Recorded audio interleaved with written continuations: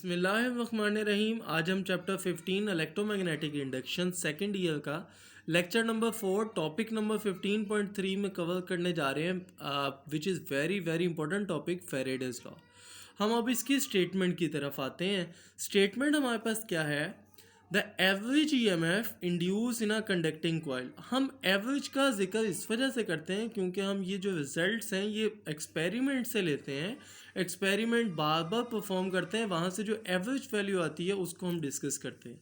The average EMF induce in a conducting coil of n loops. कितनी loops होनी चाहिए? n number of loops होनी चाहिए। ये किसके बराबर होगा?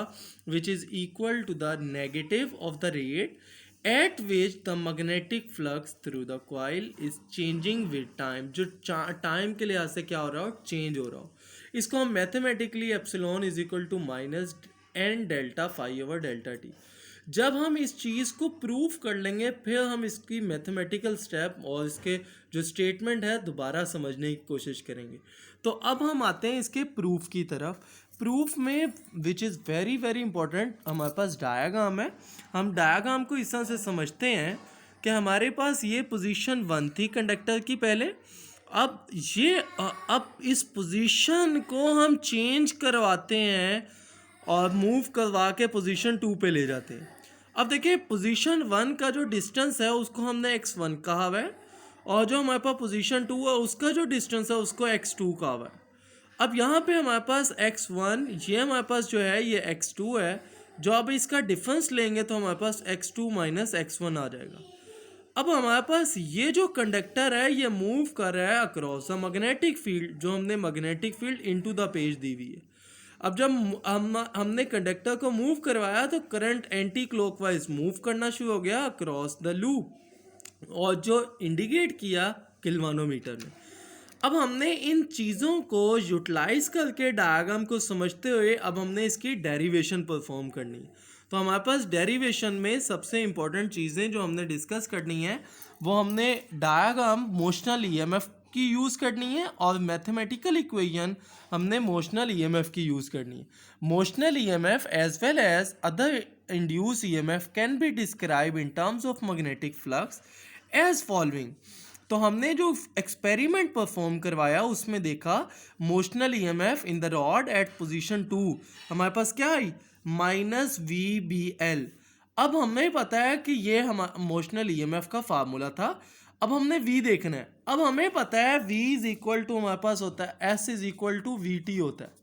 अब हमने इस फार्मूले को यूटिलाइज करके V की वैल्यू निकाली। यहाँ पे S ओवर T आ गया।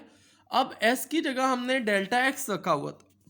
अगर हम इस डायग्राम को देखें तो हमने इसकी जो डिस्टेंस था वो डेल्टा X रखा हुआ था। अब डेल्टा X जो हमने रखा वो delta X over delta T आ गया। अब ये वाली जो वैल्यू है डेल्टा X की हमने ये इस अबव इक्वेशन में हम पुट कर देंगे। तो minus delta X over delta T into BL। अब यहाँ पे देखें डेल्टा X और L को हम मल्टीप्लाई कर देते हैं। डेल्टा X और L B हमने साइड पे रख दिए डेल्टा T के साथ। अब होगा ये कि डेल्टा X और L हमारे पास एरिया बनाती हैं। क्यों? ये हमारे पास कंडक्टर है, इसकी जो लेंथ है हमारे पास वो L है, ये हमारे पास विड्थ है। तो लेंथ को विड्थ से मल्टीप्लाई करते हैं तो एरिया आ जाता है, और ये एरिया कितना आएगा? इतना हमारे पास एरिया आ जाएगा। तो ये हमारे पास चेंज इन एरिया आ जाएगा। हमने ये वाली वैल्यू डेल्टा A हमने क्या कहाँ पे पुट की? इसमें वैल्यू पुट कर दी अबव इक्वेशन में, इस इक्वेशन में। तो हमारे पास minus delta A over delta T into B आ गया। अब हमें पता है B को डेल्टा A से मल्टीप्लाई करें तो ये डेल्टा फाई आता है। ये हमारे पास इंक्रीज इन मैग्नेटिक फ्लक्स है between initial and final position of the rod form 1 loop. तो ये हमारे पास 1 लूप के लिए इक्वेशन आ जाएगी। अब हमने डेल्टा A और B की जगह डेल्टा फाई पुट कर दिया। हमारे पास E is equal to minus delta phi over delta T आ गया। ये हमारे पास इंड्यूस EMF है, ये 1 लूप में है। अब अगर हमारे पास एक लूप के बजाय n नंबर ऑफ लूप्स हो जाएं तो हमारे पास जो इंड्यूस EMF आएगी वो क्या आ जाएगी? Minus n delta phi over delta T।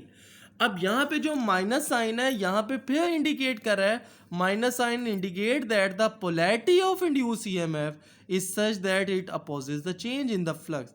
ये हमारे पास अपने सोर्स को अपोज करेगी। लाइक मैं आपको थोड़ा सा समझाऊं तो मैं इसको अगर कंडक्टर को राइटवर्ड मूव करवा रहा हूँ तो इस कंडक्टर में इंड्यूस ईएमएफ इस तरह से इंड्यूस होगी कि इसकी वजह से इस कंडक्टर पे लगने वाली फोर्स लेफ्टवर्ड लगना शुरू हो जाएगी। ये अपने सोर्स को अपोज करना शुरू कर देगा और जब अपने सोर्स को अपोज करेगा तो हम कहेंगे कि हमारे पास अपने सोर्स को अपोज करना शुरू हो गया जिसने इसको प्रोड्यूस करवाया, opposes the change in the flux. तो ये था हमारे पास फैराडेज लॉ।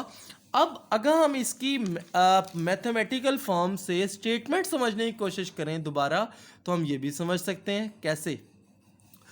अब यहाँ पे देखना है लेफ्ट साइड पे क्या लिखा हुआ है, average EMF induce in a conducting coil, induce in a conducting coil of N loops. कितनी लूप्स हैं यहाँ पे देखें, कितनी लूप्स हैं, एन लूप्स, इज इक्वल, ये किसके बराबर है, नेगेटिव साइन ये आ गया, negative of the rate at which the magnetic flux through the coil is changing with time. जो हमारे पास फ्लक्स चेंज हो रहा है टाइम के लिहाज से, ये किसके बराबर आ रहा है, इंड्यूस ईएमएफ के। ये वाला जो इंड्यूस ईएमएफ है ये एवरेज इंड्यूस ईएमएफ है।